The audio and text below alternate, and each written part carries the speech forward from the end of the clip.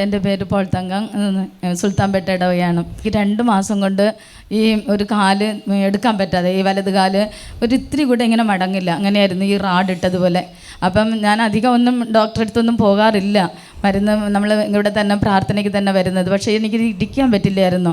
അങ്ങനെ ഡോക്ടറെ അടുത്ത് പോയപ്പോൾ പറഞ്ഞു ഇത് തേയ്മാനാണെന്ന് പറഞ്ഞു. അപ്പം ഇത് തേയ്മാനെന്ന് പറഞ്ഞപ്പോൾ ഞാൻ 2 ദിവസം മരുന്ന് കഴിച്ചിട്ട് വെച്ചു. ഞാൻ പറഞ്ഞു, ഈശോയെ ഞാനിത് കഴിക്കില്ല, നിനക്ക് വേണ്ടി ഓടുന്നതാണ്.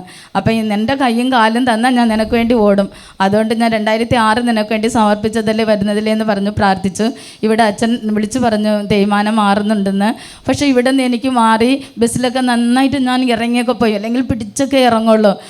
വീട്ടിൽ പോയി വീണ്ടും എനിക്ക് ആ വേദന വന്നു. അത് കഴിഞ്ഞ് ഞാൻ അച്ഛനെ കൊണ്ട് പ്രാർത്ഥിച്ചു. അച്ഛാ ഇങ്ങനെയാണ് എനിക്ക് തേയ്മാനം ഉണ്ടെന്ന് പറയുന്നത്. അച്ഛൻ ജ്ഞാനം 16-12 വചനം വെച്ച് പ്രാർത്ഥിക്കാൻ പറഞ്ഞു. ഞാൻ ഇത് തന്നെ എടുത്ത് വെച്ച് പ്രാർത്ഥിക്കുമായിരുന്നു. ഇപ്പം എനിക്ക് നല്ലോണം മുട്ടുകുത്താനും കുരിശിൻ്റെ വഴിയൊക്കെ ഞാൻ മുട്ടുകുത്തി ചൊല്ലാറുണ്ട്. എനിക്ക് മാറിക്കിട്ടി. പിന്നെ രണ്ടാമതൊരു സാക്ഷ്യം, ഞാൻ കഴിഞ്ഞ ചൊവ്വാഴ്ച ഇവിടെ വന്ന് ഇത് സാക്ഷ്യം പറയണം എന്ന് പറഞ്ഞിട്ട് ഞാൻ നേർന്നു സാക്ഷ്യം പറയണമെന്ന് നേർന്നിരുന്ന് രാവിലെ വാഷിംഗ് മെഷീനിലേക്ക് തുണിയിട്ട് കഴുകാൻ നോക്കിയപ്പം മെഷീൻ കേടായി. വേഗം തുണികളൊക്കെ എടുത്തിട്ട് കഴുകാൻ നിന്ന സമയം എനിക്കൊരു മിന്നൽ പോലെ എനിക്കൊരു ഇടുപ്പ് പിടിപ്പ് വന്നു. പിന്നെ കുനിയാനും ഒന്നും ശ്വാസം വിടാനൊന്നും പറ്റില്ലായിരുന്നു.